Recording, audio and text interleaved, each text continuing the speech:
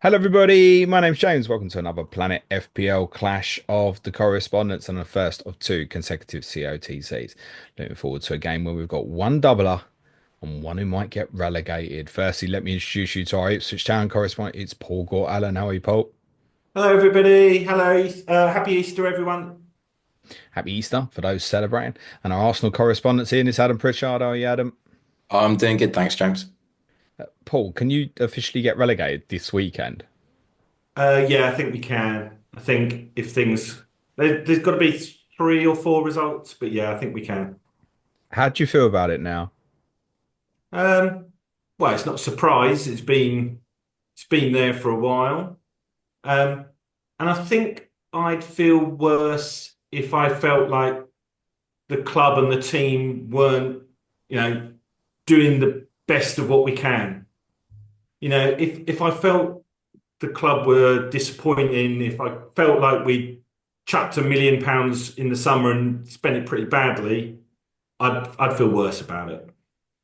It does feel like from the outside the sentiment towards Ipswich is very different to the sentiment towards Southampton and Leicester. And I think it's that. There's a little bit of that. They started with, yeah, both of those had more established Premier League players. We didn't really have any. We bought in Calvin Phillips and Ben Johnson, if you can call those established Premier League players. Um, so they had a head start on us. They had 7, 8 years of Premier League players, experience, money. We didn't have that, and I feel like we've given it a good go. And I think on the very first of these podcasts, you asked me how I thought we'd go, and I said we'll give it a good go. We've not sat there and counted the money and let it just sit in our bank account. We've given it a go. We've bought some players who are good for us. They're probably not quite at the level we need, but I don't think it's easy to get established Premier League players in with our budgets and with 22 years out of the league. So yeah, I think it would be great to finish 15th, 16th, but it's not going to happen. And hopefully we can turn it around next year and be back again stronger and give it another go. You spent though way We more than the other two. Yeah, but they already had their players, didn't they? They already had their Premier League players. We've tried to hotwire it, haven't we? We've tried to do what other teams have done over 3, 4, 5, 6 years down the bottom half of the league in one summer, and it wasn't enough. Much as it's crazy to say 120 million pounds or whatever it was isn't enough. It's not enough when you've got teams who are really established in this league now. It's going to be really hard for anyone to break into that top 17. How does that change next year? For whoever comes up. I don't think it does. You think whoever comes up will just go straight back down? Yeah, I think so. I think the gap between 17th and 18th now is massive. You look at the clubs who were promoted, no team that's going to be left in the Premier League in that top 17 has been there less than what, 3 years now? That's six, now seven windows that they're going to have a Premier League money. Like I say, they built their Premier League teams, but we played Wolves at the weekend. Wolves are the 16th, 17th best team. They've got two Brazilian, internationals playing central midfield. They're really strong teams, and I think that's what surprised a lot of Town fans is the strength from 11 to 16, 17 is very strong, and I think we underestimated that, as I in the think it's fans did. I don't think the club did, but I think we did. when Russell Martin was on Monday Night Football a couple of weeks ago, and he was like, "You cannot understand the difference between the two leagues in terms of like the speed and the intensity when you get up to the Premier League." Adam, you got any thoughts on this from a kind of a neutral perspective? It's a regular question I keep getting. What can teams do next year to do something differently, considering we're almost certainly looking at the last six promoted teams going straight back down? It's it's a really, really tough balance between probably the stereotypical way you would say that these teams have the best chance of staying in the league is adopting a more pragmatic style of play. They focus kind of more on defensive first football, try and concede as little as possible, the kind of make your home ground a fortress, all that kind of stuff. I still think if I was a fan of a team coming up, I would much rather try and stick to like a discernible, exciting style of play and accept that the league is as it is, that you're going to kind of have to be relying on a drop off from somewhere. And I know that the gap on paper is big. And like Paul was saying, that you kind of got in air quotes relegation threatened teams in the Premier League with international footballers in there. But I still think there are some quite bad teams that will. I don't think Wolves have been great this season. West Ham haven't been good. Obviously, you've got Tottenham and Man United down there, which is probably an abnormality. I mean, I hope it isn't an abnormality, I but can't believe it took you that long to mention it. yeah, well, stopwatches at the ready.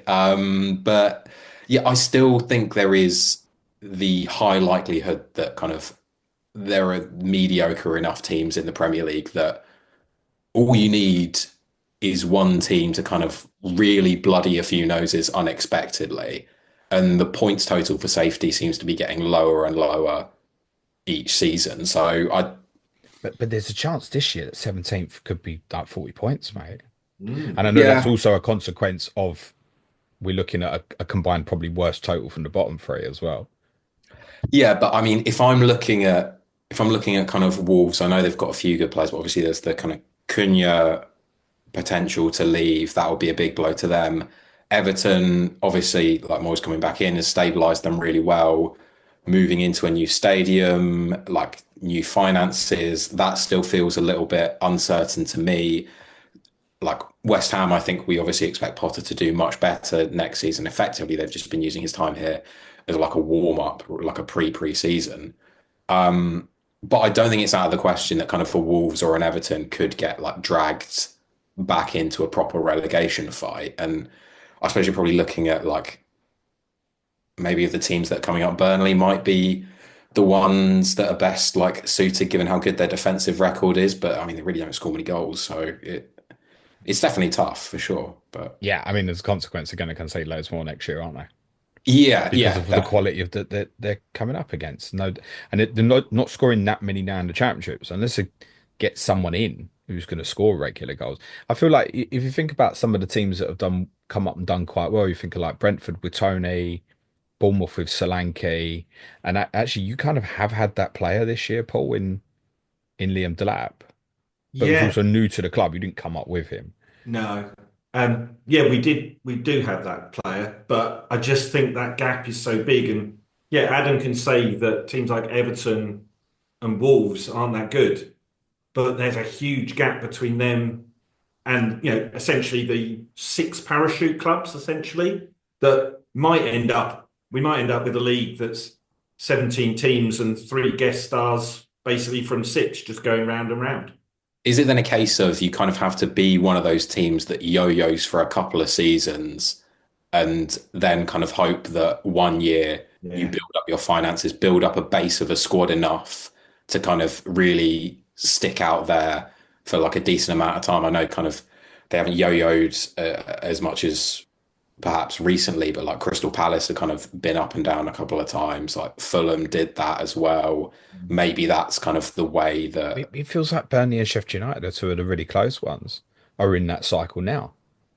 Yeah, yeah. I mean, that's why I would give Burnley the best chance of kind of staying in it. I just think Fulham Mitrovic is another example, isn't it? Coming up with a kind of proven nine who's ready to go, knows the team system, etc., etc. Have you got any regrets, Paul? Oh, no, season is perfect. Um, the Calvin Phillips signing, which is a lot of money in terms of wages for us, has not worked out. But, we're not a team that I think is badly run at all. I think we're making a pretty good stab of what we can. I think, there's a few performances I'd have again if you let me, but I think overall, I think we have to accept that if we finished 18th, that's not bad actually. We'll have beaten two teams with bigger wage budgets than us. And who that's for me is the judge of how well you're doing as a club. And we've got the 20th biggest wage budget, and hopefully we're going to finish 18th. We should also remember in your club, as we discussed previously, obviously, and as you know, back-to-back promotions as well. League One into Championship, then into the Premier League. It's always unlikely. I think we felt like, Paul, we give you a chance because of Kieran McKenna. I remember speaking to Yeah, Mark Summers in the summer. I remember saying he fancied you to stay up, and it was purely on that. It was on that he thought you had a good manager, and that's one of the things I keep coming back to in terms of these promoted clubs. He's having a good manager in place. I wonder if you go down and then you come back again, if there's anything he would do differently. Because I think some of your offensive purchases have worked. He doesn't feel like some of the defensive ones have worked. And the other thing I think stands out to me is the one home win, yeah, and that's against Chelsea. yeah. Rewind, whatever it is, 9 months to the preview. I said, we'll need a load of points at home like Forest did in their first season up. We got 7 points so far. We got 14 away. I would have taken 14 points away if you'd offered it to me on, August the 1st. But 7 points at home is just nowhere near what we were looking for. Adam, good birthday last week. Yeah, no, it wasn't too bad. I've definitely had worse. I've definitely had worse, that's for sure. I take it you were at the Emirates, yeah? No, no, You weren't. The way you were unfortunately. talking before we started, I've assumed you did get a ticket. No, it felt it. I mean, to be fair, I had the opportunity, or my dad like had the opportunity to get me one for my birthday because it was my birthday was on the day of the Real Madrid game, and they were being sold for 750 quid a ticket, and it was a bit like Well, does he not love you or not?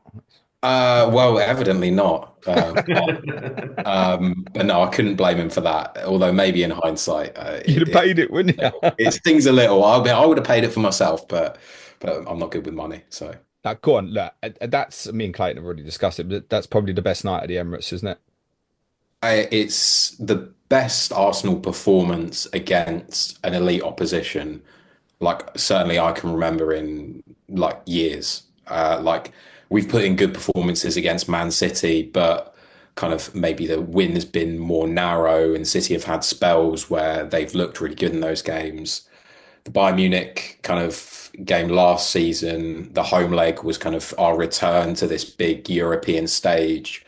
And obviously, the way that that game and also the tie ended felt quite disappointing. But with the context of the season kind of feeling like everything was on this match, like the Premier League really does mean nothing to us at this point. Everything was on this kind of Champions League run. And to get Real Madrid, who, no matter what form they're in La Liga, to be honest, no matter what form they're in the Champions League, they've just got a way of doing it in this competition time and time again. Um, and the players they have are of such exceptional quality that even when we would have a fully fit side out, I would be very worried about it. And of course, we've got the injuries that we have. So yeah, just to see the way that the team pulled together and the kind of players who were perhaps most under pressure came through on the night, it was unbelievable. Yeah. That's all lovely, mate. Do you think you'll lose in normal time, extra time, or on penalties? What's the most heartbreaking way? I'm going to go penalties, and it would like the most heartbreaking way, and I'm going to touch every piece of wood in this building. Would be a Saka missed penalty that knocks us out. That would. I don't think I'd ever watch a game of football ever again. That's just To be quite touching my own wood then, mate. um, but yeah, no, I feel pretty confident that we're going through. Yeah, you know that I think there's as much chance you just going there and winning on the night as Mm, more likely than that you going out. You're so defensively strong, Adam, and I know obviously Gabriel's a big miss, but mm. I just find it very difficult to think that you'll put yourself in a position to. Yeah, you wouldn't trust my team going there, right? For example, but I think No, even certain other ones, you'd almost feel like City could like fold under the right sort of circumstances. As an example, I just can't see it happening to you. I tell you what, I'm intrigued though. Do you think you will just put up a wall? Because at the same time, that feels like the easiest way to hold on to the lead. But it also feels like maybe if you go and press, you just finish them off early. and hurt them. How do you see that playing out? I mean, you've kind of seen the way that we've not approached similar games because we've never been in this position, but is it two last season or the season before at the Etihad where we kind of set up in a very solid, resolute manner, got a nil-nil draw, and in the context of the season, because I think we had won the home game, that was a pretty good result to take 4 points away from City. I think, especially like fingers crossed, Saka is kind of edging back to full fitness with Martinelli as well. We've got pace to be able to hit them on the counter attack. And I think what Arteta is quite good at doing is condensing the spaces without necessarily setting up too defensively. And because we've got players who can offer such like a variety of threat, like you've got both fullbacks are quite comfortable bringing the ball into midfield. They're very good passers, but they can also dribble and beat a man. And they can do that in the final third as well. You've got Declan Rice, who's great at kind of running with the ball through midfield. I feel like I don't think we're just going to put like completely park the bus, but you could tell at the Emirates it was really like a right, let's go at them. We can we can finish the tie at home. I think that was kind of the mentality that they went into it with. And were it not for Courtois, it could have been more than 3-0. So yeah, I don't think we're going to like park the bus by any means, but like you say, we're such a good defensive, or we're such a good side defensively, I should say. The only thing that would maybe make me a little bit worried is Kivior has shown that he's got a little bit of a mistake in him, which is why I don't think Arteta would want to set up in a way that kind of maximizes the amount of pressure that he's going to be under. I think he's going to be more comfortable setting us up kind of how we would normally. Are you worried about the game or calm about it? Um, I'm I'm worried about it only insofar as that losing going out at this point after the euphoria of last week would be worse than any kind of positive that I could take out of that 3-0 victory. And I think it would cause a lot of unnecessary and like tiring debate, I think, about Arteta, about the state of what his time at Arsenal means, about certain players, about who needs to be sold, because there's already that kind of stuff was going on before the kind of home tie. And I think will probably happen a little bit unless we win the Champions League. I think it will probably happen a little bit at the end of the season anyway. So yeah, I'm only worried because I know the consequences of losing are just going to be like obviously emotionally devastating, but also the debate that's going to go on is just going to be really, really tiring, I think. Is that within the Arsenal fan base or just general media or both? I think it will seep out from the Arsenal fan base into the general media. And there are certain ones that feel like they're kind of being a little bit forced on the fans. Like, I don't really know how many Arsenal fans were seriously, like, actually questioning, or okay, I should say Arsenal fans who know what they're talking about, which I realize is a massive minority of the You supporter said base. it. Yeah, but just before you did, I feel like people might start to question Arteta, but I think that's going to be a very kind of like Gary Neville stick to football, talk sport type narrative that will get driven. The player side of it is the bit that I can already see Arsenal fans are in air quotes debating. Like there's a lot of people who are unhappy with Odegaard's season, and I get he hasn't been as good as he has in the last 2 years, but people are like genuinely saying he should be stripped of the captaincy and sold. And that to me is just like completely ludicrous. And I can see people will probably start to question, well, what's Martinelli giving to the team? We need to get rid of him. People will take any chance they can to throw Kai Havertz under the bus. So I'm sure that will happen as well. So yeah, I think it's a mixture really. Paul, do you think they'll do it? Do you think they'll go for it? Oh yeah, yeah. I'll be honest. I'm hoping they play on the same pitch that the women played on a couple of weeks ago, because and then if Sky can change the game to 7 a.m. on Saturday morning, that might give us a chance. But yeah, I think they'll go through. I think I'm hoping they'll at least Madrid at least give them a run around so they're a little bit tired. But Yeah, they'll be fine. Very interestingly, Adam, and me and Clayton have discussed this in the build up to the first leg.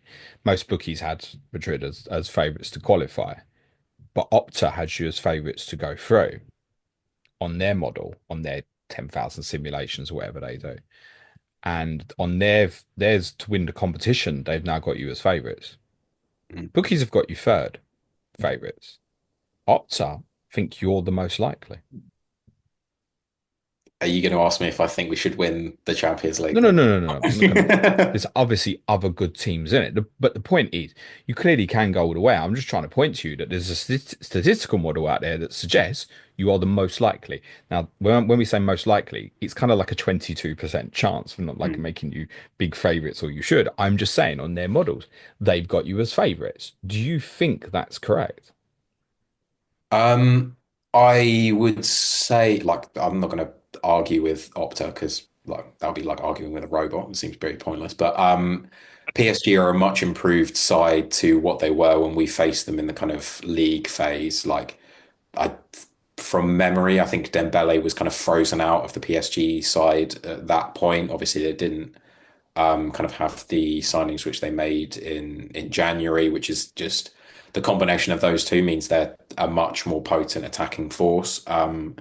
So I would think I'm going to assume that they go through as well. That's going to be a very, very tough game and a very different prospect to the one that we had in the league phase. And then Barcelona look very good as well for all their kind of lever pulling off the pitch. They've got like one of the best youngsters we've probably seen in a generation. And Rafinha is doing very well as well. And they've got some kind of more more attacking or more experienced attacking now, so I should say up front in Lewandowski than we have. So those are the two teams that I would be most concerned about. This is going to look great, Adam, when this goes out on Wednesday morning and PSG and Barcelona both gone out on Tuesday night on it. Yeah, I would absolutely take that because, well, assuming we haven't gone out as well, because that would have egg on my You face there. you can't go out till Wednesday night, mate. No, that's true. That's true. But yeah, I think it's so close, particularly PSG. I would say if Arsenal aren't favourites, I would have PSG as kind of very, very close second favourites. Okay. Building in towards the fancy chat, you mentioned about injuries. We are Mm. pre-recording this on Monday night. Where do we stand with Arsenal's injury issues at the moment?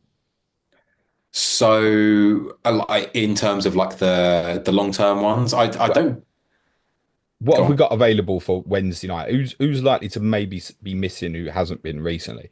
I'm guessing Jorginho is probably going to be one, but wouldn't have started anyway. You wouldn't have played, yeah. Yeah. What's the situation with Ben White? So I think part of this is a hangover from when, like 2 seasons ago, he just continually played through repetitive knee injuries. I think he picked up something in training. I don't expect he will play on Wednesday, and I would be very surprised if he played on Saturday as well. I think he's more likely for the Palace game if he's kind of deemed fit. But from a fantasy perspective, yeah, I wouldn't have a punt on him to play both in the double with kind of how he's been managed injury wise over the past couple of seasons. Okay. During Timber's okay at the moment. Yeah. If Declan Rice had to cover in the sixth position, what does that leave your midfield three looking at? Rice, Odegaard, and is that Trossard having to drop in there, or does Marino come deeper? I think just because of the nature of the tie, like specifically talking about Wednesday, I think it would be more likely that Marino against Real Madrid would drop into the midfield and you'd have Trossard up front just because it gives us kind of more pace on the counter attack. So I think that would be more likely. But Real Madrid specifically, do you think there's any chance you could play a back five? No, I don't think so. Like I don't know who we would bring in. Are you going to shuffle Timber into like a centre back position? Yeah, I can't really see it. Okay, interesting. Paul Delap has Mhm. this 30 million release clause. He'll go, won't he? I think it's. Oh yeah, I, I'm I not. would have I'm thought not there's ruining about you a 20 day or giving you a teams. shock by saying that, Yeah, am I? 20 teams ready to bid, I would have thought by now. Have you heard any where he might be going? The strongest rumours are Chelsea. I think Manchester United probably would like him, but I'm not sure that they would be able to convince him ahead of Chelsea. But who knows? Who knows?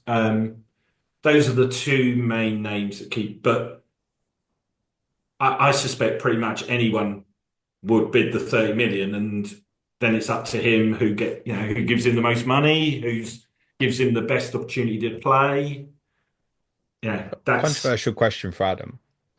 If that was the nine you bought in the summer, what's the Arsenal fan reaction? Um, I think most people would be underwhelmed because I Yeah. feel like if we're going to add in attack, it needs to be like a level raiser. And like, not to say that he isn't like a very promising talent and a great player. I don't think he's going to be the player that's going to score like 30 goals for us or like 20 goals, 10 assists, whatever, to take us to the next level. I think I people think it's fair to say he might be that in the future. I don't think could be, you yeah. need now, don't you? I think is for you specifically is the point. Yeah. Yeah, Yeah, yeah, absolutely. I get that. Are you expecting Arsenal to go big in the summer, Adam? Um, I don't think we'll go big for the striker that everyone seems to want. I still feel that a wide forward is the priority. So I think I would hope we'd be more likely to add in that position. And then it's kind of like strength in depth elsewhere. Do we probably need to add another creative midfielder? I would think so. We've got great options in defence. It's just we've been so unlucky with injuries this season. And there are a couple there who probably have question marks over them, like Tomiyasu, I don't think can be relied upon. So I suspect if we can get money for him, he'll go. There was talk that Kivior last summer was being linked with Italy again. So maybe there's a decision that needs to be made over him as well. And then you kind of got the likes of the defensive midfielders who are kind of being aged out, and Jorginho as well probably isn't really going to be relied upon as a backup option. But I mean we've got players like Lewis Skelly who's probably more naturally a midfielder, I think, who I would hope next season gets the chance to show it. It feels like the majority of the big clubs are in a rebuild or need one, even Yeah, including the team that's going to win the league. yeah. I mean, like I go, obviously, a large amount of this will be dictated on how the Champions League goes. I don't think I go into the summer any or go into next season uh, necessarily less optimistic or thinking, oh no, we're going to struggle to finish in the top four or anything like that. I do. And I know, and I think Clayton's kind of said similar things as well, that this will sound like an excuse, but it's not an excuse. It's just kind of explaining what's happened.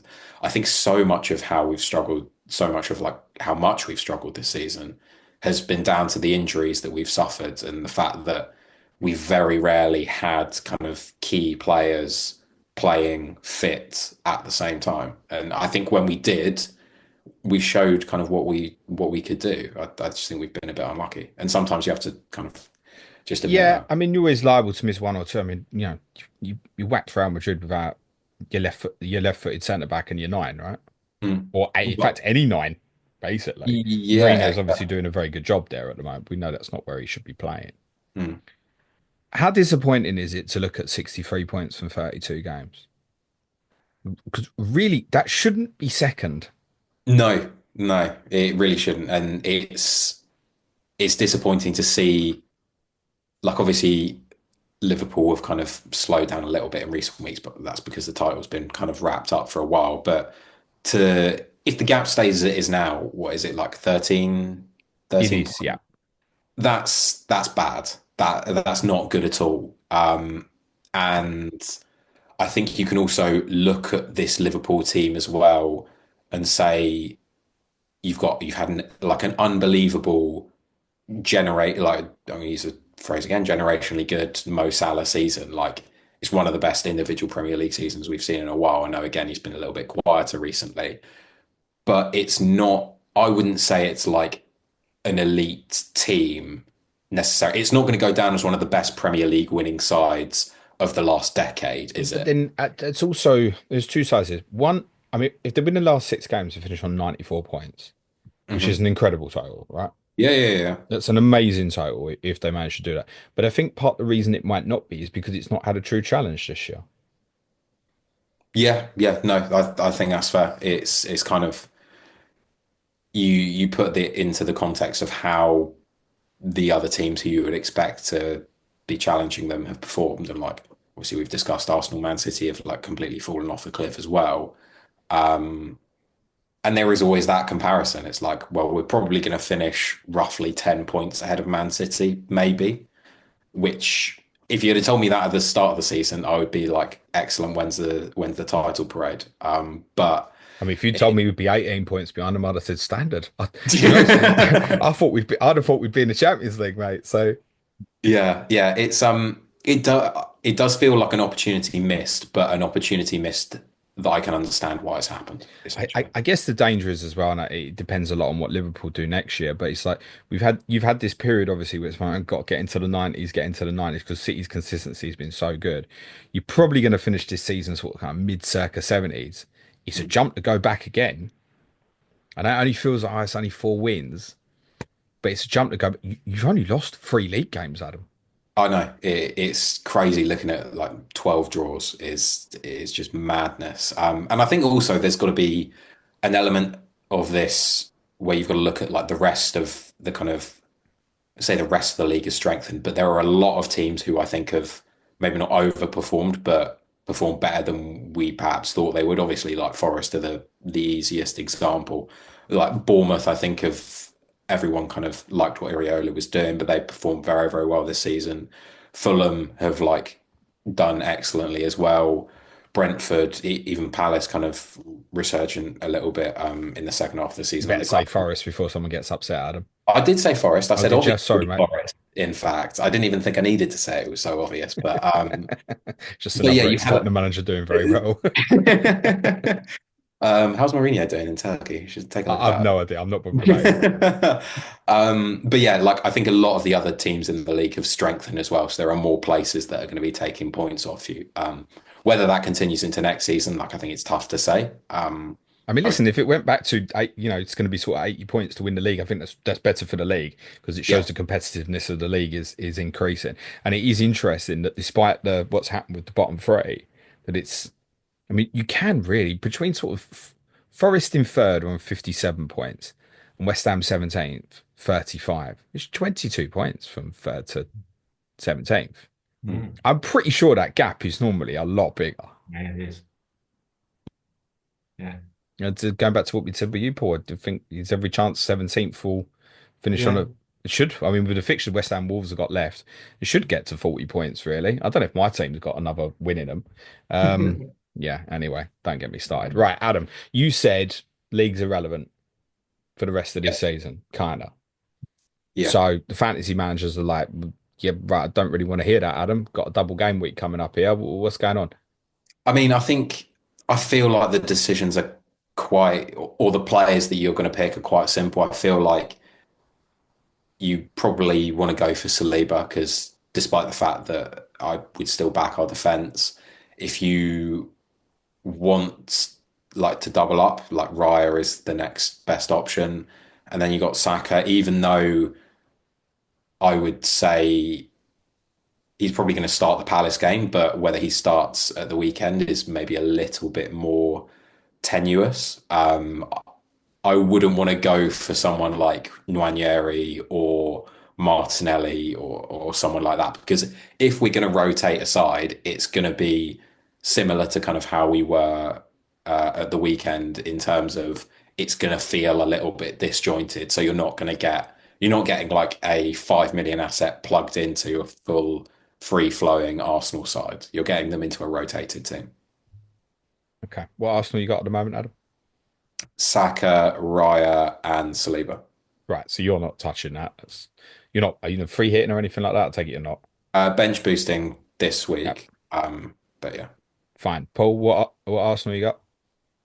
I've got Saliba, I've got Saka, and I've still got Gabriel because I've not needed to take him out, and I just wanted to see who I'd bring in. So I was Okay. listening very carefully to Adam there, telling me who to So bring. now the mighty young man has spoken following his 21st birthday last week. What do you plan to do? Well, I don't think I'm going to bring in Rare because I've got two decent goalies. I'm bench boosting two.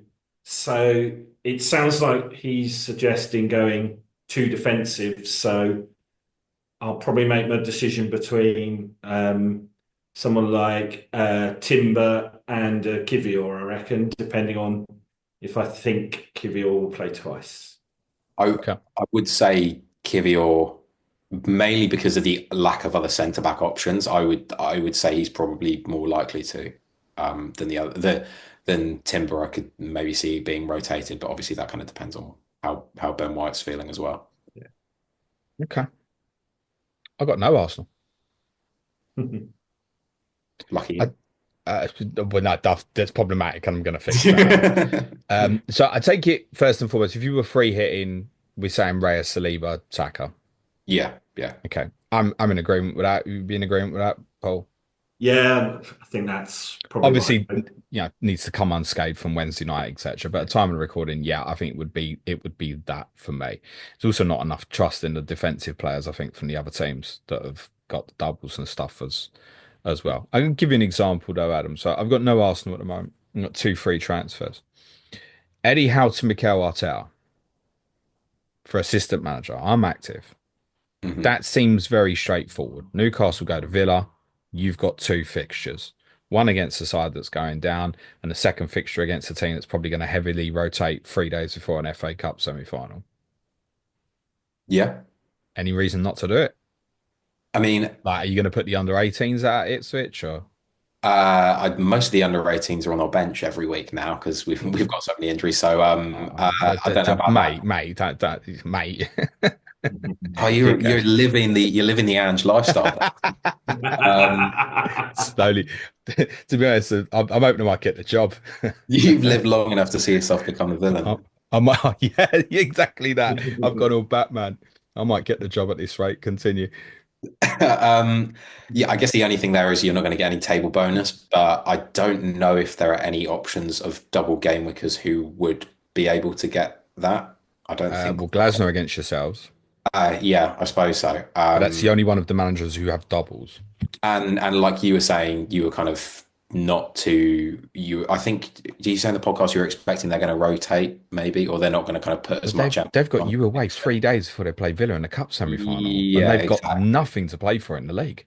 Exactly. So yeah, I can understand why people would want to do that. And also, especially if you're uncertain over which other defensive asset or other attacking asset you want to add outside of Saliba and Saka, like I can understand why people would do that, yeah. Okay, how to Arteta? That's a lock for me. It Mhm. would make sense at this moment to go Palmer to Saka. You're right, it would make sense. Okay, first and foremost on Saka, you alluded to there, perhaps not a certain starter against Ipswich. Hmm. What would you say expected minutes for him across the two games? Ipswich Sunday, Palace Wednesday. And I realised there's things here like he could end up in theory playing 120 minutes in Madrid, although very unlikely. Yeah. I would say I'm trying to do maths in my head. 105, Wow. 110-ish range. You don't think he'll start both games? I think he'll come on at half time in one of them. In my head, I think he'll come on at half time at the weekend and start and get 60, 65-ish against Palace. So you think he's probably looking circa 45 at Ipswich Yeah, plus, let's say, 60 to 70 in the yeah, second game against Palace. Remember, obviously, after Palace, you don't play the weekend after. yeah, yeah. Which And is why I also, think he'll start that one. if it did go tits up in Madrid, you don't actually play for about 10 or 11 days afterwards. Yeah. There would be at least 6 days from Palace to the more likely Champions League semi-final first leg. Mhm. That, Adam, is going to scare a lot of people because when I look on my time at the moment, our timeline at the moment, the majority I see is people saying I'm going to captain Saka. See, I've got it on my moosh and I haven't really I feel like that's quite an obvious Planet choice. FPL listener there. Well, Yeah, yeah, yeah, confirmed. yeah. Yeah, Yeah, yeah. that's what you were saying as well. But I feel like he's got more certain minutes. I guess you never know with Pep, but No, it's not certain with yeah, Pep, is it? that was silly of me to say. But the way he's looked, I think he's the form horse to back. Yeah, with what we've got outside of the league going on, and obviously Saka returning from injury. Yeah, I would captain I mean, Marmoush. the appeal though, and Paul, I've not forgotten your ear. Ipswich away, and then a possible kind of almost second string Palace team. Like from a double perspective, that's as good as anyone's going to have had this season, arguably. Yeah, yeah, Because yeah. No, all the double game weeks have been, in terms of the two fixtures, have been tough. If Palace is a weakened team, that's two green fixtures, mate. That's as good as anyone's going to have or have had. So I get why and people want to do it. yeah, no, 100%. And I think if you were looking at isolation in just if it was a single game week and you were saying if you were trusting what I'm saying, which I don't know why you would, but I think Saka's going to start that Palace game and you captain him in that Palace game a few days before they've got a semi-final in the cup, then I think that captaincy makes sense in isolation if Marmoush didn't exist, but he does, and he's got two, I would say, even-ish fixtures, maybe slightly worse. Your two games are better than their two games, without a doubt. Yeah, but I mean, you've got to think what we're coming off the back of. Like, if we come off the back of going away to Madrid, and almost regardless of the result, the weekend is going to feel like a come down. The weekend's going to feel like if we win, it's going to be like, oh, no one really cares. And if we lose, it's going to be like, well, what is the point in even playing this game? So it's not going to be at the forefront of anyone's minds. Paul, who are you captain this weekend? Well, I probably was I've going just to changed my captain mind. Saka, but I might have changed my mind. I think I'm with you. I think that Palace game is not as hard as it should be on paper because if any team is going to play the under 18s in this week, it's going to be Palace in that game. And I think 30 minutes against our defence, it depends, which Ipswich rock up. If it's the Ipswich have played against Chelsea, maybe he doesn't score that many, but if it was the Ipswich that rocked up, say against Tottenham at home or against Man City at home, then he's going to have a field day in those 30 minutes. What Adam could happen between now and Friday to make you think, yeah, actually, no, I've changed my mind. I do think Saka will start both. Would that be limited minutes in the Bernabeu? Like, I don't know, say you go 2-0 up on the night, you're 5-0 up on aggregate, and he comes off after like 55 minutes. Does that change your mind? Um, no, I don't know what it is. Wow. And like I could very well be proven wrong. And I've said this in the past. I say at the start of the season, if Saka's got one leg, Arteta will play him. But Yep. I just think he's going to be much more cautious. And that's not to say, like Paul said, that's not to say that he can't have a good impact in limited minutes. And to be honest, if he's in, if like he plays really well in the Bernabeu, and I thought he played quite well in the home leg, albeit you could kind of tell he wasn't 100% fit. If he looks good and if he looks fit, that might be enough to convince me to captain him, even in what I am predicting to be more limited minutes. Is he a definite buy then? Over Palmer, yeah. Who So, else are you so, gonna go to KDB? so Like, here's my dilemma then, Adam. Well, just stick with Palmer and go with uh, different Arsenal players. but which other Arsenal players are you going to? So here's the dilemma for me. How to Arteta is a definite. Yeah. Saka, I probably do go for, right, in place of Palmer, subject to whatever happens Wednesday night. I can't get the Saliba. Okay. And at this point, it's also costing me a -4. So is a Kivior or a Raya, first and foremost, worth a -4 over a bog standard single game week player? I'll give you an example, Pickford or Kirkes. Is the Arsenal player worth the -4 in that sort of circumstance? I mean, maybe Kirk is because I'm guessing you probably might have a bit of value tied up in him, and Bournemouth perhaps aren't looking kind of as good No, as they. he's hemorrhaging me, I think, actually. Yeah, just Oh, picking okay. players that I happen to own. Yeah, so I've already sold him, so yeah, but yeah, maybe someone like that, but then you're in the position where you're taking a -4 for a defensive player in what in at least one of those games is likely to be a slightly rotated side. Um, yeah, it's a tricky one, and it's not a particularly exciting move, really. But No. So at that point, I might be looking at something more like Kluivert and Marino. and I would think that's a mistake personally. Go But on.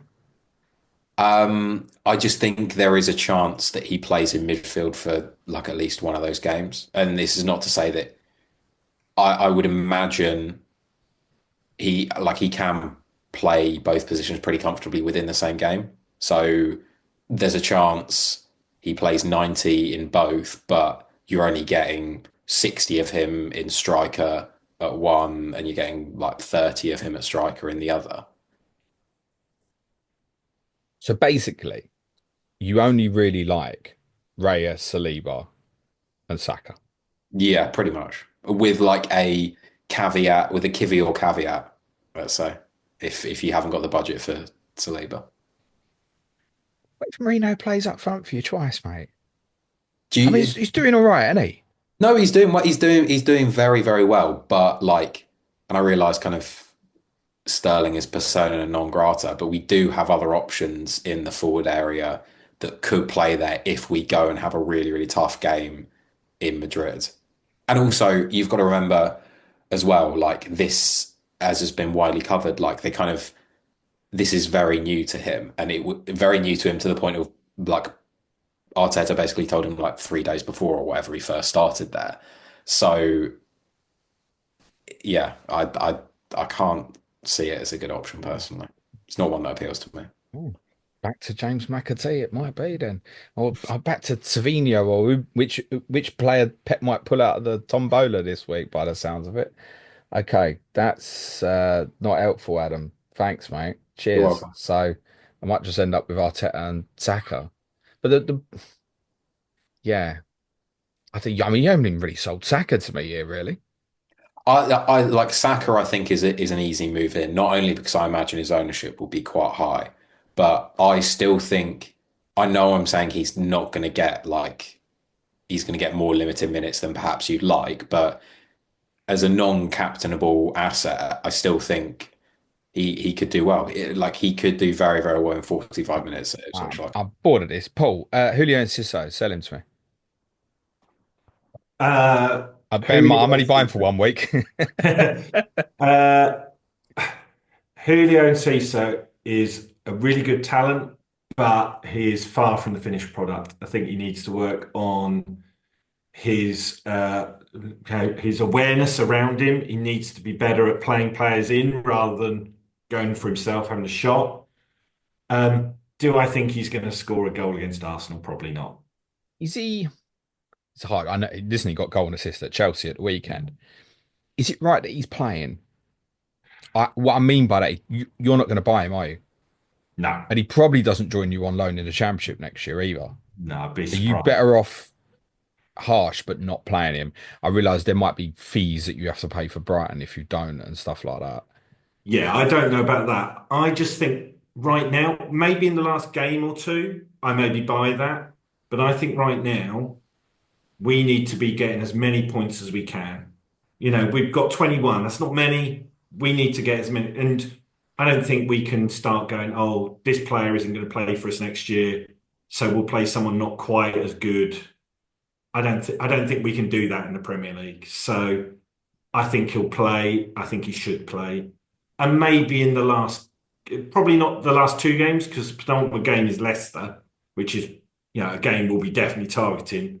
But maybe in that last game against West Ham, we almost see, the team for next year as of now playing.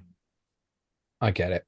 There's a group of people, Paul, who are going to be on bench boost this week, free Mm. hit in game week 34, and have still got a wild card left. And presumably that'll get activated in game week 35. When it gets activated in game week 35, with only 4 fixtures left, there is a case to say, Paul, you'll be top of the ticker. Your final 4 fixtures are Everton away, Brentford at home, Leicester away, West Ham United at home.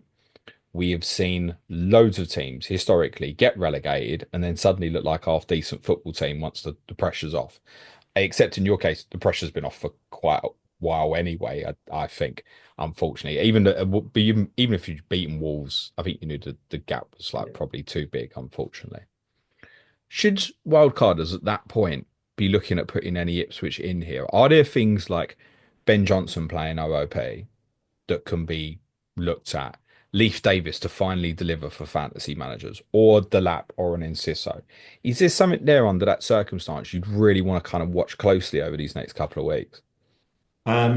I'd watch Ben Johnson. He's 3.8. So even if he's your third bench guy, a guy he's playing right wing, not right back at 3.8. You're not going to get too much better there. That obviously frees up a lot more budget in your squad. And I'd also consider players like O'Shea, Twanzebe at 3.9 and Burgess at 3.8. They're just they're just that squad filler that exactly what you need for that kind of last guy on the bench. You can even use two of them and really free up a lot of space there. I'll be honest, the only other one I'd consider is Delap. And Okay. he's got a rib injury at the moment. That's why he didn't start against Chelsea. But certainly the last three games, I suspect Everton away in their penultimate game at Goodison, not quite so good. But Brentford at home, Leicester away, West Ham at home. Yeah, I don't think it's a bad option. But I think they're one four of the good problems fixtures for an is, attacking player anyway. yeah, I think one of the problems is working out which of those attacking midfielders is going to play because Hutchinson's out at the moment. Schmodix isn't going to play. So you probably would go for Enciso. He's the most likely to play, but There's there's a enough risk there. There's a competition bit there of with rotation Jack there. Clark So and Broadhead. There's enough there, isn't yeah, there? there's a little bit of so I think you're more likely to go for your real, sub £4 million defenders, and if you had a couple of those and just load everything else up. I guess once Hutchinson's back as well, that's a potential impact to Johnson, isn't it?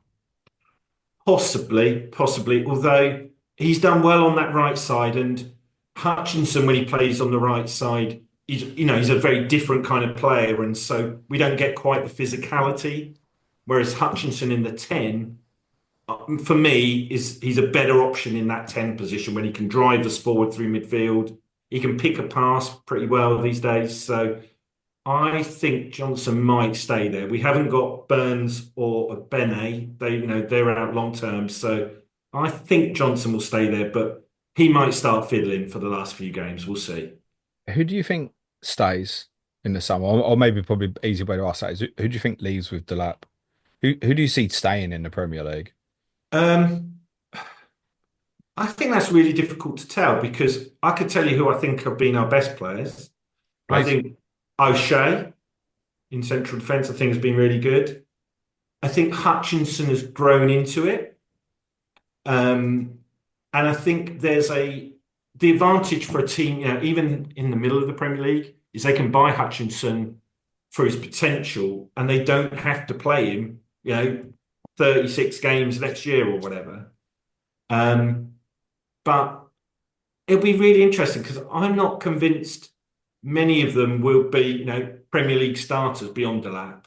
I think Agree. we've now got a lot of players who have the potential to be Premier League players, but aren't there yet. I'd say with the exception of Dara O'Shea, frankly. Okay. You would imagine the majority of the squad stays together, and there are a lot of players in there, Clarks, Philogene Biddance, Hutchinson with yourselves, who did really well in the championship last year. In fact, Jacob Greaves is another one. Get the right defensive acquisitions in, mate. You'd think you'd be fine. I'd have no fear of you being in the perilous position that like Luton are in at the moment. No, I'd be surprised. I think I'd be I'd be hoping for us to be top three or top four in that league next year. I You think should we've be. got to buy a couple of central midfielders because we're going to lose the two loanees. And Sam Morsey is 34, 35. He's probably not got a 46 game season in him. For a start, he'll get suspended. But yeah, I think we'll look for a couple in there and pretty much go hopefully as is, but who knows who else has got a clause? Who knows, who others look at and go, no, we fancy them. Even some of the promoted clubs might try and dip into what we've got, maybe. Okay. Adam, final kind of Arsenal fantasy questions. Obviously, for me, selfishly, who's going to wildcard 34, I only need to think about 33. But there'd be plenty of others buying Arsenal players this week who get a free hit 34s, don't have to worry about the blank. But game week 35 poses a big problem here, doesn't it? Bournemouth at home, in between a likely Champions League semi-finals. If you've got Wednesday Champions League semi-final and then Tuesday Champions League semi-final with Bournemouth on a Saturday in the middle, and presuming by that point there's every chance the title will be officially won, what sort of team are you putting out in that fixture, mate? I'm going to guess a similar one that we've seen ahead of the rotation, or sorry, a similar rotation ahead of the Madrid tie that we saw against Everton. So Do you not still expect someone like Saliba to play that game under that circumstance? mainly because of the options. We just don't have many options in that position. But where we do have the options to rotate, like you'll see, I would suspect you'd see Nwaneri starting, you'd see Tierney, you'd see Zinchenko if he's fit, depending on what the nature of kind of how Jorginho's injury develops. Ben White as well. You probably see players like that, yeah. Because that's a bit of a concern, isn't it? I mean, thinking about Saka, Saka doesn't play that, does he? Well, he might by that point be back in the he's got one leg, so he'll play kind Would of you want him situation. to, as a fan? I would, if he's back fully fit, then yes, because I'd want him to get as many minutes under his belt to make him ready and get back into form. I'd want himself to like play himself back into form, essentially. I think as well, though, if it is PSG who you played, it's Mm. not going to be two teams looking at each other for 90 minutes. That's going to be intense physically, mate. Yeah. Yeah. And I don't think it's just game week 33 that might be a headache in terms of Arsenal assets. I will point out, obviously, Raya will be in goal. I would assume that would be a certainty because Neto is on loan from Bournemouth. Yeah, yeah. No, that's that transfer has worked out swimmingly, but the less said about that, the better. Gentlemen, thank you both very much. Let's finish with predictions. Paul, go for it, mate. I think Arsenal go two up before half time and then basically declare so 2-0. I thought he was going to say leave and lose 3-2. Back on Adam, I'm going to ask you for all three then. Go on, Real Madrid, Uh, two, 2-2. Ipswich, 2-1 to Arsenal. Palace. 2-0 to Arsenal. So there is a clean sheet in there. Yes, eventually. Okay. Gents, good luck. Thank you both very much. Paul, anything you want to plug before we finish, my friend? Yeah, I just wanted to say well done to the Ipswich women's side, who all but assured of promotion now. They're 3 points clear with one game left and a 36 goal different ahead. So I think they should be playing second tier football next year. And I particularly want to shout out Lucy O'Brien, who I part sponsor. So well done, Lucy. Nice. Good shout out. Adam, top that, mate. I'll shout out the Arsenal women team who are playing in the Women's Champions League semi-final this weekend at home to Lyon. Going to be a very, very difficult battle because they're like easily one of the most prestigious women's teams in European football. But the kind of, again, beat Real Madrid in the previous tie. It was a nice comeback at the Emirates. Atmosphere was very good. So suspecting or expecting the same positive vibes at the weekend, and yeah, fingers crossed we can take a positive result into the away leg. Can I just ask? I know you was there that night, so you can at least claim to say you've seen an Arsenal team beat Real Madrid 3-0. Oh, Was it 3-0 that night as well? yeah, yeah, yeah, Yeah, at the Emirates. So you can claim it, Adam. Just don't tell anyone. The crowd that night was lower than some of Arsenal's bigger games. It was only about 25,000, wasn't it? And Mm, it just made me think about it because you said the Lyon game was the weekend. I yeah. take it being near sellout for Lyon, will it? I'd hope it would be more. Yeah, I think the fact that it was a midweek against Real Madrid played into it pretty School significant. night, right? There's a Yeah, younger vibe, isn't there? yeah, it's more of a kind of family crowd that is just difficult to get in at 8 o'clock during the week. So yeah, I suspect it will be much more. Yeah. All right. Good luck with that. Hope your men's team loses. Sorry. Right, you can follow Paul as well on socials, FPL chat, and you can follow Adam at 350 as well. Good luck, gents. One more COTC for you tomorrow. And since Adam's put us off of buying Arsenal players by the sounds of it, let's see if Chris Stone recommends any West Ham United players ahead of their fixture against Matt Samuel's Southampton. That's on Clash of Correspondents for you tomorrow. Just leaves me to say thanks very much to Paul and Adam. Good luck, gents. Cue music, please. Man sharp.